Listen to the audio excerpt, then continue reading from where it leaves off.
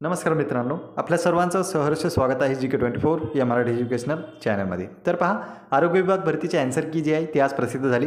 तुम्ही तुमचा score check केलेला असेल आणि तुम्हाला विविध मार्क्स किंवा काही उमेदवारांना विविध मार्क्स आले. तर पहा, काही जण सांगत होते की 90-95 आउट ऑफ प्रश्न सोडवलेले आहेत. त्यांचेसुद्धा आता या ॲन्सर कीनुसार मार्क कमी झालेले असतील. तुम्ही त्यांना आता विचारू शकता. तर पहा, ॲन्सर की लागलेली आहे, तुम्हाला तुमचा स्कोरसुद्धा कळालेला आहे. आता सर्वांना उत्सुकता आहे ती म्हणजे कट ऑफची, की कट ऑफ किती लागणार आहे, कारण की कट ऑफवरच डिपेंड राहील तुमचा रिझल्ट. तर पहा, एक्झॅक्ट कट ऑफ सांगणं शक्य नाही का, कारण की विविध कॅटेगरीज आहेत. विविध कॅटेगरी असल्यानंतर त्यामध्ये विविध प्रवर्गसुद्धा आहेत. त्यामुळे एक्झॅक्ट प्रत्येक कॅटेगरीचा आणि प्रत्येक प्रवर्गाचा कट ऑफ सांगणं शक्य नाही. पण आपण एक सरासरी अंदाज घेऊ शकतो किंवा एक सेफ स्कोर सांगू शकतो की सेफ स्कोर हा किती असेल, जेणेकरून तुम्हाला तो कळून जाईल की तुम्ही सेफ झोनमध्ये आहात किंवा नाही. तर पहा, या व्हिडिओमध्ये आपण एक्झॅक्ट कट ऑफ सांगणार नाही आहे, फक्त एक अंदाज सांगणार आहे सेफ झोनचा, की तुम्ही सेफ झोनमध्ये आहात किंवा नाही. कट ऑफ का नाही सांगू शकत, कारण की कट ऑफ हा आकडेवारीचा भाग असतो. सध्या तुम्हाला TCSसुद्धा कट ऑफ सांगू शकत नाही. ती मेरिट लिस्ट लागण्यानुसारच कळणार आहे. जो मेरिटमध्ये शेवटचा मुलगा असेल तो तुमचा कट ऑफ ठरेल. तर पहा, या व्हिडिओमध्ये आपण ग्रुप D म्हणजेच गट ड या पोस्टसाठीचा सेफ स्कोर पाहणार आहोत. तर पहा, दोन भाग आणखी बाकी आहेत. ते म्हणजे काय, एक फायनल आन्सर की अजून बाकी आहे, दुसरं नॉर्मलायझेशन अजून बाकी आहे. तर फायनल आन्सर कीने काय होणार आहे, तुम्हाला जे आता गुण मिळालेले आहेत त्यामध्ये होईल बदल. तर हे तुमचे मार्क अंतिम आहेत का, तर नाही, हे तुमचे मार्क अंतिम नाहीत का, कारण की फक्त फर्स्ट रिस्पॉन्स शीट आहे. यामध्ये काही TCSकडून प्रश्नपत्रिकेत चुका झालेल्या असू शकतात. एकतर प्रश्नांमध्ये चूक झालेली असेल किंवा पर्यायांमध्ये चूक झालेली असेल. तुम्ही येत्या 18 तारखेपासून म्हणजेच 18 डिसेंबरपासून प्रश्नपत्रिकेवर आक्षेप घेऊ शकता किंवा पर्यायांवर आक्षेप घेऊ शकता.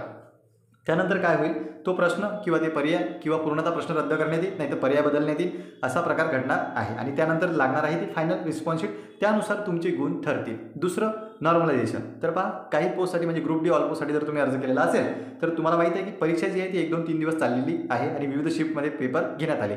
आता विविध शिफ्टमध्ये पेपर झाले त्यामुळे नॉर्मलायझेशन होणे शक्य आहे. त्या ठिकाणी नॉर्मलायझेशन होईलच.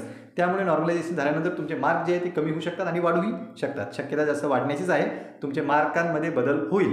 त्यामुळे आता जे मिळालेले गुण आहेत ते तुमचे अंतिम गुण नाहीत, ते कमी जास्त होऊ शकतात. तर ते इकडं तिकडं जर झाले तर तुमचा त्यावर कट ऑफवर परिणाम होईल. म्हणून एक्झॅक्टली कट ऑफ सांगणं शक्य नाही. आपण एक फक्त अंदाज सांगू की या ॲन्सर कीनुसार जर तुम्हाला एवढा स्कोर आलेला असेल तर तुम्ही सेफ झोनमध्ये आहात. तर पहा, काय आहे तो अंदाज.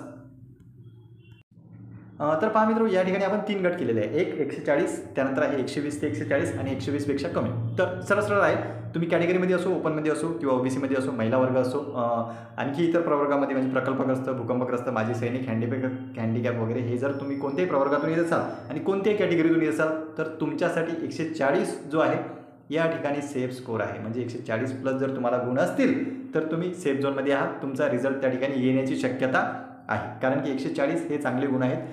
काही जणांचं म्हणणं आहे की 160, 170, 180. तर पहा मित्र, कट ऑफ जो आहे तो मेरिटमध्ये जो एकदम शेवटचा मुलगा असतो त्यावर डिपेंड करतो. कट ऑफ एकदम तुम्ही हायेस्ट टॉप लेवलवर जो असेल त्याच्यानुसार कट ऑफ ठरत नाही. मेरिट लिस्टमध्ये जो शेवटी कॅन्डिडेट असतो त्यानुसार हा कट ऑफ ठरतो. तर 140 जे आहे तो काही एकदम कमी स्कोर आहे असातला प्रकार नाही आहे. 140सुद्धा सेफ स्कोर आहे, कारण की आपल्याला माहीत आहे इंग्लिश या ठिकाणी परीक्षेला होतं, ते बी 25 प्रश्नांसाठी. म्हणजे टोटल 50 गुणांचं इंग्रजी या परीक्षेमध्ये विचारण्यात आलेलं आहे.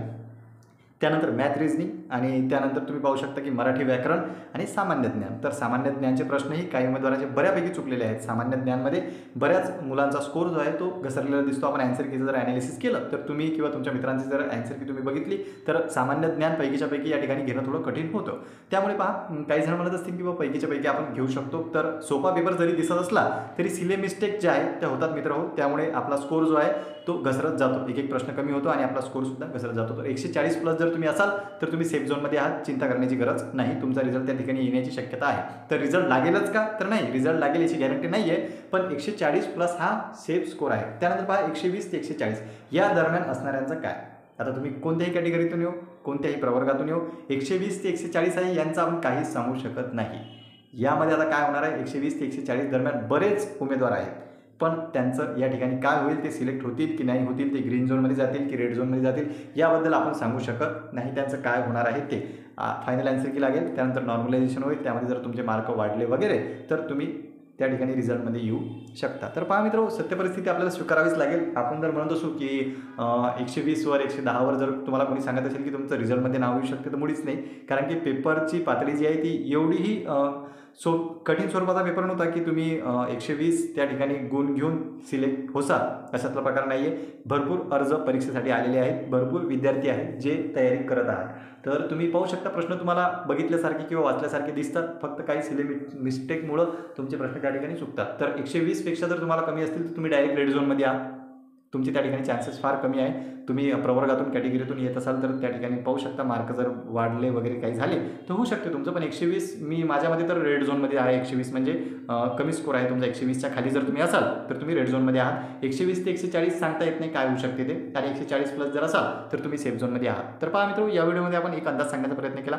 तुम्हाला जर या रेंजमध्ये मार्क असतील तर हे 3 झोन आपण या ठिकाणी केलेले आहे. कोणत्याही कॅटेगरीचा कोणत्याही स्पेशल कट ऑफ किंवा एवढ्याच लागेल, 162च लागेल, 172 ते 162 लागेल अशातला प्रकार नाही आहे. हे तुम्हाला स्कोर जर असेल तर तुम्ही एक सर्वसाधारण सेफ झोनमध्ये आहात.